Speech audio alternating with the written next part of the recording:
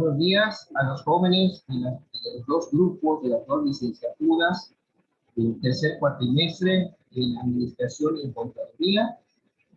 Este es el segundo video de la clase de Derecho Laboral del día lunes, del día lunes 5 de junio de 2021.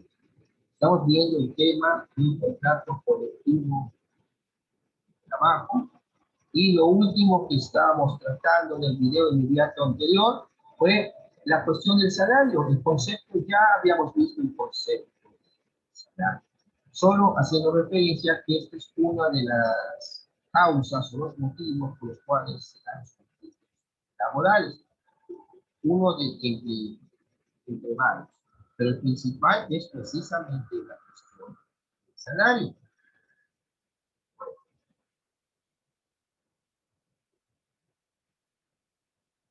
Veíamos también que la referencia principal para la determinación del salario es la figura que se conoce como salario mínimo, es la cantidad mínima legal que el patrón está obligado a pagar por concepto de salario. El salario mínimo es una decisión del Estado, o sea, el monto, vamos a hablar del monto, estableciendo un monto mínimo para todos los salarios. En muchos casos, esa decisión se adopta de manera consensuada con las organizaciones sindicales y de empleadores. En algunos países, el salario mínimo se establece por estado o provincia, o sea, regionalmente. En tanto que en otros países se establece para todo el país. Dos parámetros básicos suelen utilizarse para establecer los salarios, que es la ganancia del capital y la productividad del trabajo. En el primer caso, se calcula el porcentaje sobre el valor agregado que corresponde a las ganancias del capital y a los salarios. En los países más desarrollados, el porcentaje correspondiente a los salarios es considerablemente más alto que en los países no desarrollados. En el segundo caso, se calcula el producto generado por un trabajador en determinado tiempo de trabajo. En general, a mayor producción en el mismo tiempo, debería corresponder un aumento salarial. Obviamente, en el caso, cuando van a pedir aumento por una cuestión personal que tiene el trabajador, pues, como dice la especialista, ¿no? Se la hacen pensar, aparte no sirve, que la fábrica no tiene los ingresos anteriores, no está vendiendo, o sea, marean al pobre trabajador para el cuánto más está pidiendo el si le pagan, vamos a poner 2 salarios mínimos diarios, que le suma, que será medio salario más, pues no, esa es la cuestión de para trasladarse a su lugar de trabajo. Hay empresas que tienen sus vehículos, pero hay gente que si vive, vamos a poner en el sur, pero en el norte, tienen que viajar al sur de México por la zona mejor de la sur de México, porque está alta, pues tiene que tomar el metro, llega el metro, tiene que tomar el micro, entonces, 3 transportes para poder llegar a su sitio. Entonces, todo eso implica, porque pagar el metro, la ventaja es que cuando pagas tu boleto, pues mientras no salgas de lo que es la estación, de que se trate, porque puedes transbordar. Ahí mismo, cuando te subes al metro, está las estaciones, y en alguna estación te señala que hay otras que conectan ahí, que tienes que bajar y tomar lo que le ponen el nombre correspondencia, o sea, hacia dónde va. Entonces, si te bajas en una estación donde se transborda, bueno, te vas a abordar otra línea para seguir tu rumbo. Pero si te vas a bajar en un lugar donde no se transborda, se posible que vas a salir ya del metro. o al menos que vayas a comprar algo, porque esos pequeños comercios en el metro, y si vas o a ver a alguna persona y te vas a regresar, pues, mientras no salgas del metro, pues tu boleto expira. Pero si sales y vas a agarrar un taxi, un micro para poder llegar, es otro gasto.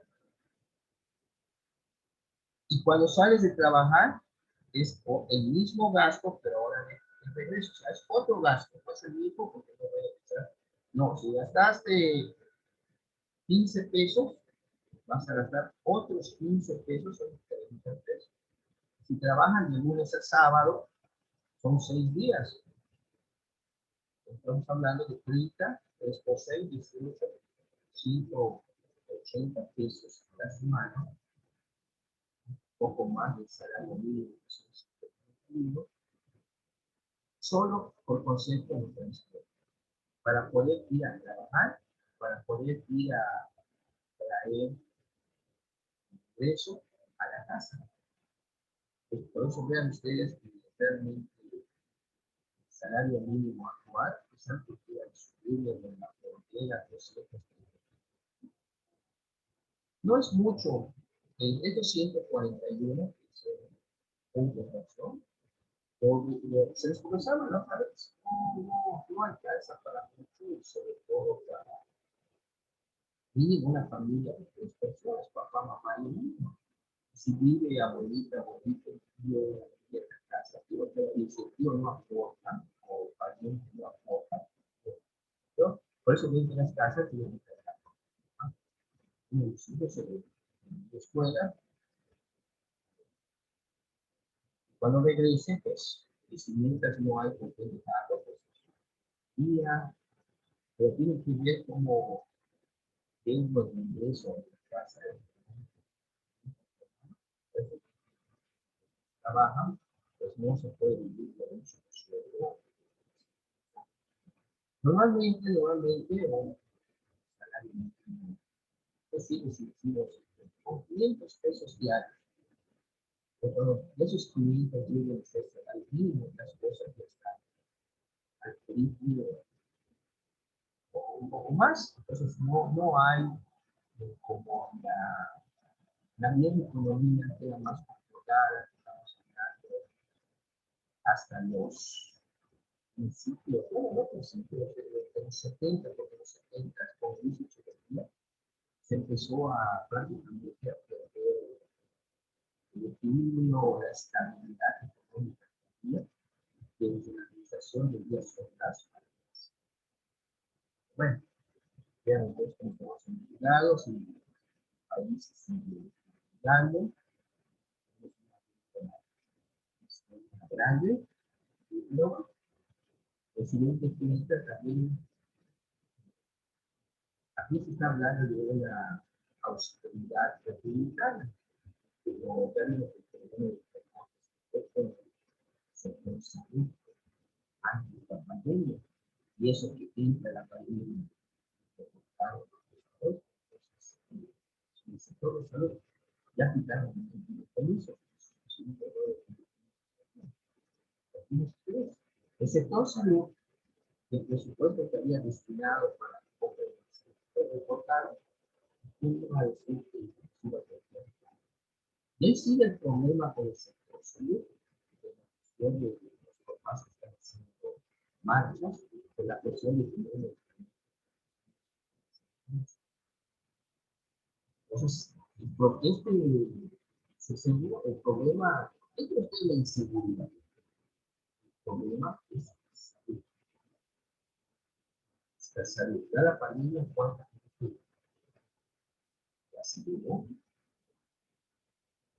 Claro. Y esto todavía no acaba. Todavía no acaba. Las noticias de mañana estaba viendo la prisión con por el que llegó un comando español, es Amapola, con el tipo de actores. El COVID ya estaba vacunado, pero dio COVID, pero uno de sus pulmones mal, y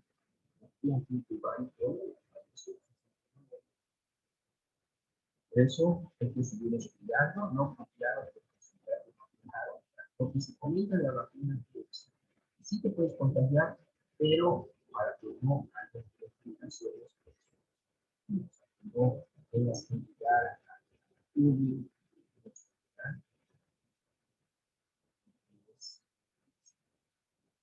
bueno, aquí sí. Y ustedes también sigan estudiando muchos jóvenes, ya se hagan de cepas, ama. Hay que seguir estudiando hasta que podamos ver si se ve que lo dice el Jesús. Bueno, quiero que tengamos la certeza. Ahora la certeza, ¿cuál es? Cuidarse. ¿Sí?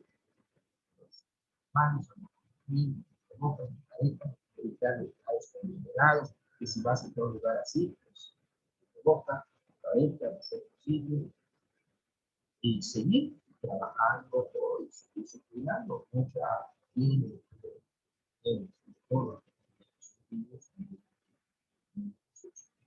Bueno, dentro de la materia laboral vemos ya lo que se había dicho cuando tocamos el tema del contrato de trabajo.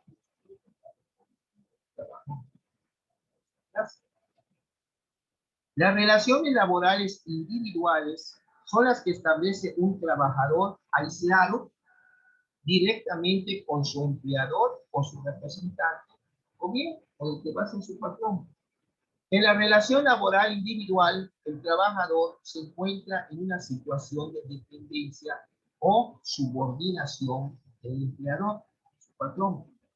Esa desigualdad jurídica dificulta la posibilidad de una relación contractual entre ambas partes, ya que la voluntad del trabajador está afectada, lo que podría causar situaciones incómodas, injustas o personales que afecten el estado emocional del trabajador. Adicionalmente, el trabajador suele encontrarse en una situación de debilidad económica frente al empleador. Por esta razón, este jurista Alain Sapir ha sostenido que el derecho civil fracasa cuando intenta ser aplicado a la relación laboral individual y que el mundo del trabajo solo puede ser civilizado si el trabajador se organiza sindicalmente y negocia colectivamente en este sistema. Todo se vende y se compra, las mercancías, la tierra y el trabajo. Es lo que menciona, como diciendo quieres tener una fuerza laboral sindicalista, para que tengas una colectividad que te respalde en la defensa de tus derechos y de tus obligaciones. Esto es lo que menciona Alain Sapir, perdón. Y cuando hablamos de relaciones colectivas de trabajo, estamos hablando de acciones y derechos que corresponden a todos los trabajadores por el hecho de serlo.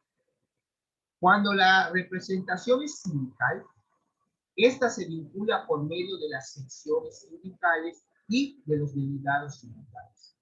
Los modos y maneras que tienen los trabajadores de participar en la dirección de las actividades de la empresa son muchos y afectan a varias áreas, como son la negociación colectiva y control de las condiciones de trabajo, entre otras. Debido a ellos, se hace necesario, para entender dicha dinámica, el estudio de las funciones y competencias que disponen las mismas. Hay una figura que se conoce como negociación colectiva y diálogo social entre personas. Una de las manifestaciones más importantes de las relaciones laborales son las que se realizan de manera colectiva, es decir, entre los sindicatos y las empresas o las organizaciones de los empleadores. Eventualmente, en esas relaciones puede intervenir el Estado.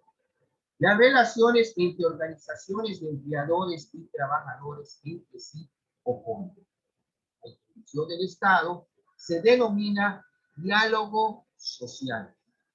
Esta es la relación cuando interviene también el Estado Están los empleadores, trabajadores y el Estado.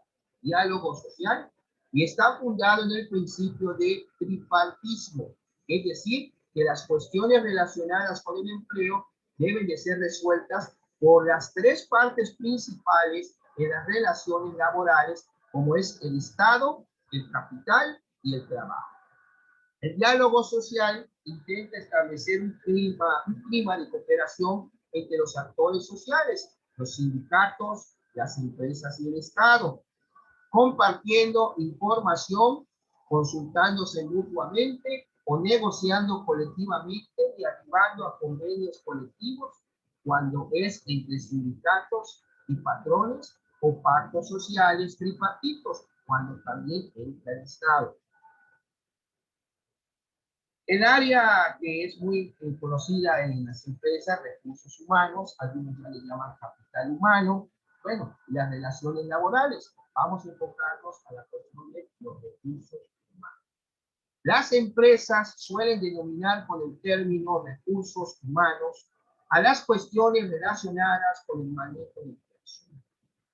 Al ser definidos como recursos, los trabajadores son asimilados a otro tipo de recursos, como los recursos financieros, por eso viene la denominación capital humano, o los recursos materiales, pero aquí los recursos materiales competen a lo que es materia prima, la maquinaria, papelería, etcétera, etcétera. La definición como recurso de las cuestiones relacionadas con el personal tiende a concentrarse en las relaciones técnicas de producción antes que en las relaciones sociales, dando prioridad a los aspectos disciplinarios y eventualmente psicológicos, pero postergando habitualmente las relaciones colectivas y los intereses personales de los trabajadores. Esta es la cuestión de la figura de los recursos humanos. ¿Hay alguna pregunta hasta aquí, jóvenes, los que están en Zoom? Alan, América, Gloria, Israel, Hadai, Joshua, William, Carla Salazar, María. Ok, Israel dice todo bien, profe, perfecto, gracias. María Rodríguez, Limpa, Izquierdo, Patricio Mérida, Salva. Todo bien, profe. Todo bien, profe. Perfecto. Todo bien. ¿Alguna vez, quizás puedas tocar trabajar en una empresa en el área de recursos humanos? Y ahí es un lío, es una área administrativa de la empresa, donde se encargan de otras cosas, por ejemplo, las contrataciones, nóminas, pago de nómina.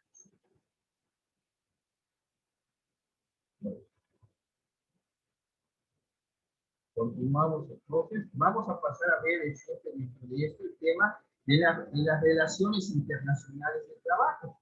Las relaciones internacionales de trabajo existen desde principios del siglo XX. O sea, estamos hablando de los 1900 en adelante, cuando se conformó lo que ya habíamos visto, la Organización Internacional del Trabajo, o sea, la OIT, en 1919, como ámbito para canalizar las relaciones entre los estados y las organizaciones de trabajadores y empleados.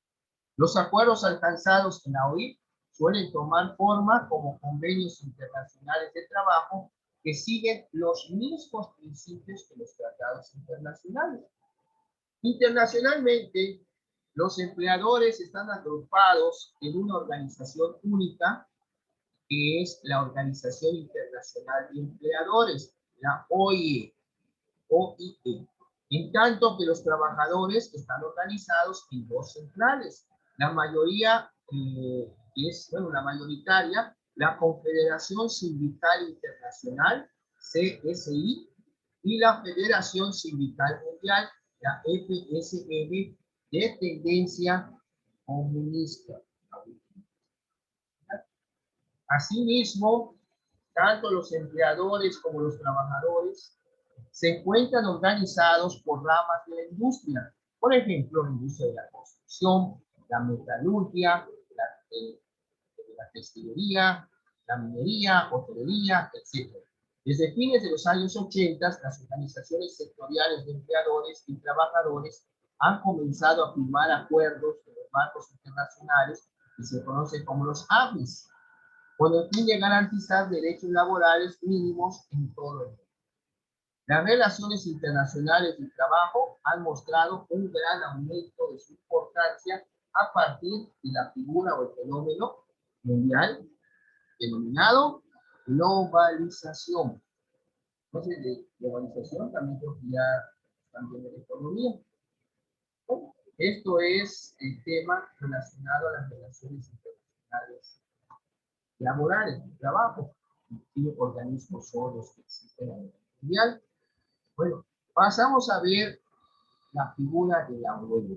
La huelga, jóvenes, es un derecho que tiene el trabajador. Aquí en parte de la historia señala que antes la huelga era considerada. Después se consideró como un recurso no es lo mismo. Derecho. Sí es cierto, tú tienes el derecho de interponer o presentar ese recurso, pero no es lo mismo que forme parte de ti el derecho laboral de huelga como trabajador. Una huelga laboralista es huelga de trabajo, una acción colectiva emprendida por un grupo de trabajadores que consiste en una cesación temporal de la prestación de trabajo, es decir, negarse a cumplir total o parcialmente el trabajo que les ha sido encomendado. Normalmente se emplea como medio de persecución en las negociaciones con el empleador para obtener una mejora en las condiciones económicas o en general laborales, aunque puede suponer también una protesta con repercusión en otras esferas. Vamos a ver un video, jóvenes, ilustrativo para que se entere más de lo que es la huelga, independientemente de lo que yo vaya explicando.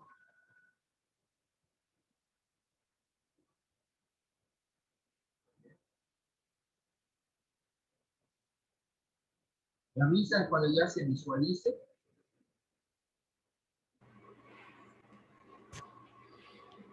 Dame la mi vida.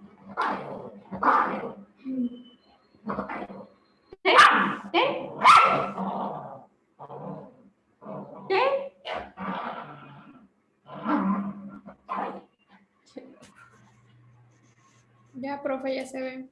Ok, vamos a ver.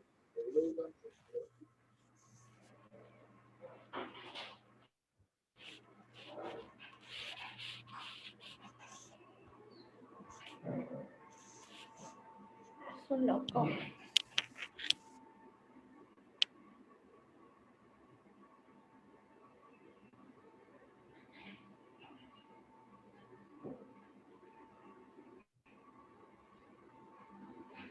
No se les olvide su asistencia en la plataforma, jóvenes.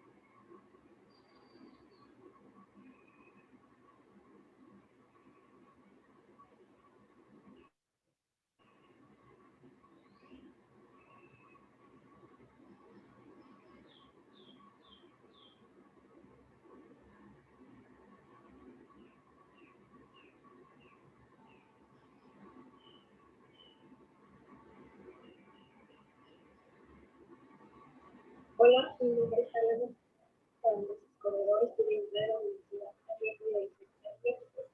En este caso vamos a hablar del tema sobre el derecho. ¿Qué es la huelga?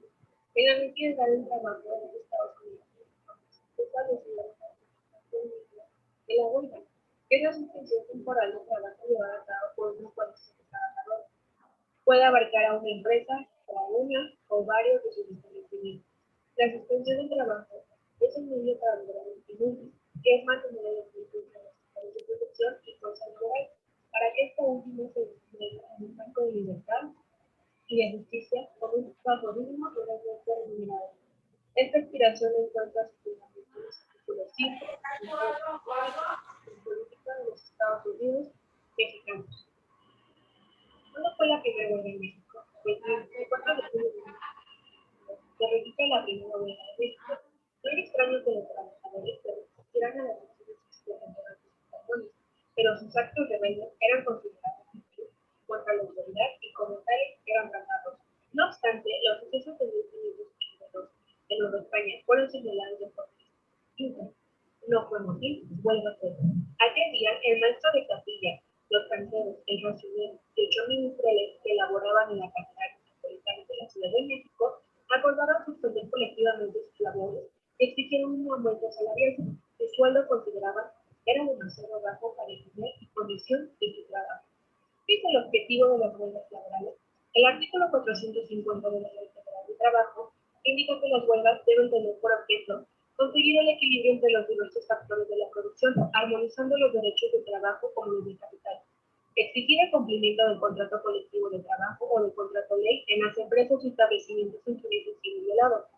Exigir el cumplimiento de las disposiciones legales sobre participación de utilidades. Obtener de los patrones la celebración del contrato de ley y exigir su revisión en determinado periodo de vigencia y exigir la revisión de los salarios contractuales. ¿Cómo es el procedimiento para iniciar una huelga? El artículo 920 de la Ley Federal del Trabajo indica que la huelga se iniciará mediante la presentación del pliego de peticiones, que deberá reunir los requisitos siguientes. Se dirigirá por escrito al patrón y en él se formularán las peticiones. Anunciarán el propósito de ir a la huelga si no son satisfechos. Expresarán concretamente el objeto de la misma y señalarán el día y hora en que se suspenderán las labores o el término de trabajo. El aviso para la suspensión de las labores deberá darse por lo menos con 6 días de anticipación a la fecha señalada para suspender el trabajo y con 10 días de anticipación cuando se trate de servicios públicos. Observándose las disposiciones legales de esta ley, el término se contará a partir del día y hora en que el patrón quede notificado. ¿Los trabajadores huelguistas deberán continuar prestando los servicios? La respuesta es sí. El artículo 466 de la Ley Federal del Trabajo indica que los buques, aeronaves, trenes, autobuses y demás vehículos de transporte que se encuentran en ruta deberán conducirse a su punto de destino. Por otro lado, en los hospitales, sanatorios, clínicas y demás establecimientos análogos, continuará la atención de los pacientes recluidos al momento de suspender su trabajo hasta que puedan ser trasladados a otro establecimiento. ¿En qué momento se da por terminada una huelga de en el artículo 461 de la Ley Federal del Trabajo, la huelga terminará por acuerdo entre los trabajadores huelguistas y los patrones. Si el patrón se allana en cualquier tiempo a las peticiones contenidas en el escrito de emplazamiento de huelga y cubre los salarios que hubiesen dejado de percibir los trabajadores, por laudo arbitral de la persona o condición que libremente listan las partes, y por sentencia del tribunal si los trabajadores o patrones someten el conflicto de su decisión en términos de lo previsto en el artículo 937 de esta ley.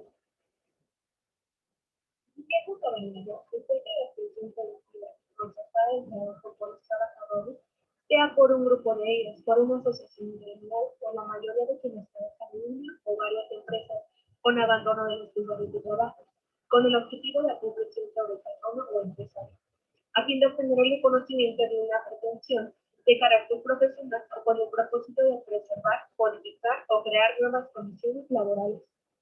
A modo de conclusión, podemos recordar que la ley del trabajo protege el derecho de los trabajadores a formar sindicatos de ayudarse a ellos, a negociar de manera colectiva y a enfrentar acciones conjuntas. Así las leyes del trabajo promueven las relaciones armoniosas entre trabajadores, sindicatos y patrones. Por mi parte es todo y muchísimas gracias por su atención.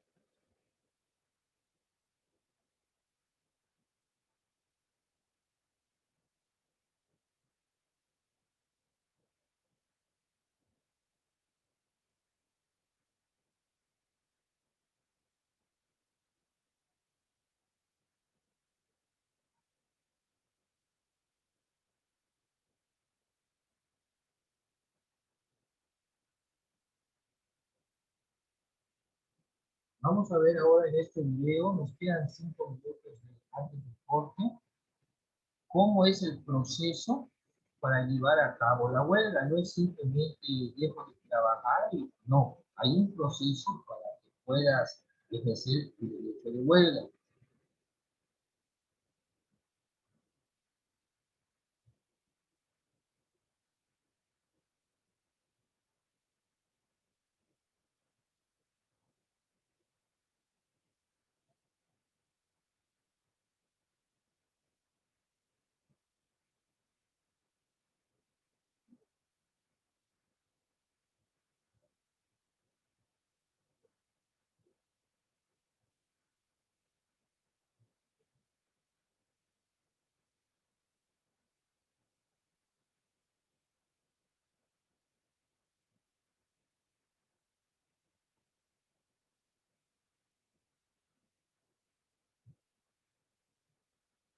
Buenas tardes, buenas noches a quien esté bien. Es el proceso de huelga lo que les presentaré. Todos los artículos mencionados en esta presentación fueron sacados de la Ley Federal del Trabajo de México. Conforme a la Ley Federal del Trabajo, el artículo 440 nos dice que huelga es la suspensión temporal del trabajo llevada a cabo por una coalición de trabajadores, es decir, por una unión de entre dos o más personas.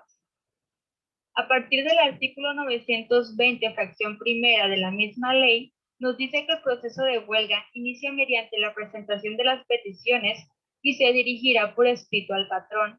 En él se anunciará el propósito de ir a la huelga, el objeto de la misma y se señalará el día y hora en que se suspenderán las labores. La fracción segunda nos dice que se presentará por duplicado a la Junta de Conciliación y Arbitraje. Si la empresa está ubicada en lugar distinto al que resida la Junta, el escrito podrá presentarse a la autoridad del trabajo más próxima o a la que tenga mayor jerarquía. La autoridad que haga el emplazamiento remitirá el expediente dentro de las 24 horas siguientes a la Junta de Conciliación y Arbitraje y avisará telefónicamente al presidente de la Junta.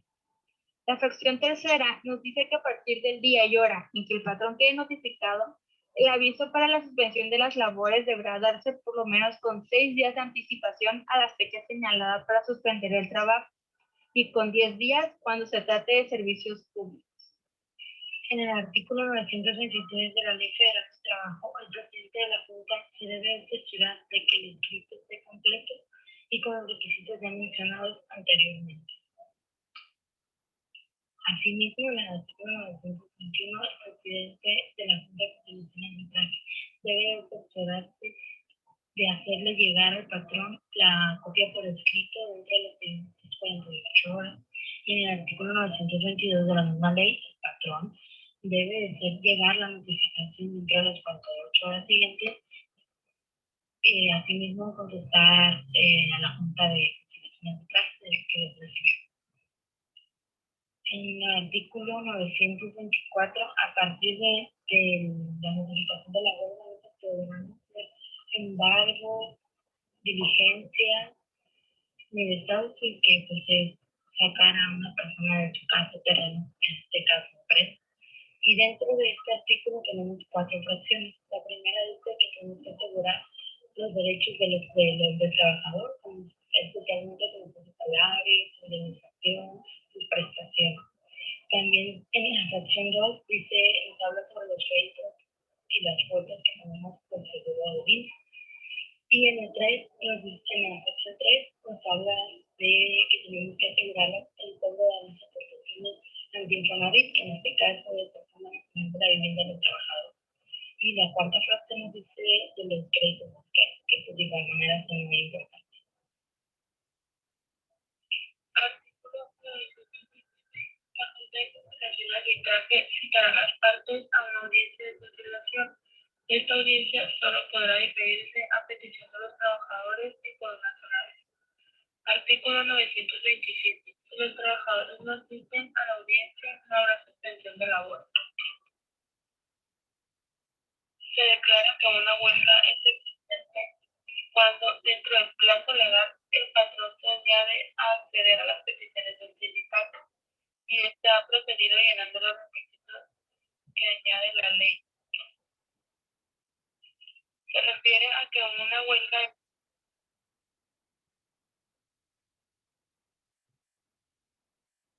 Jóvenes, ya casi nos vamos al corte y volvemos a conectar para concluir con la clase de hoy. Por su atención, gracias. Volvemos después de un corte.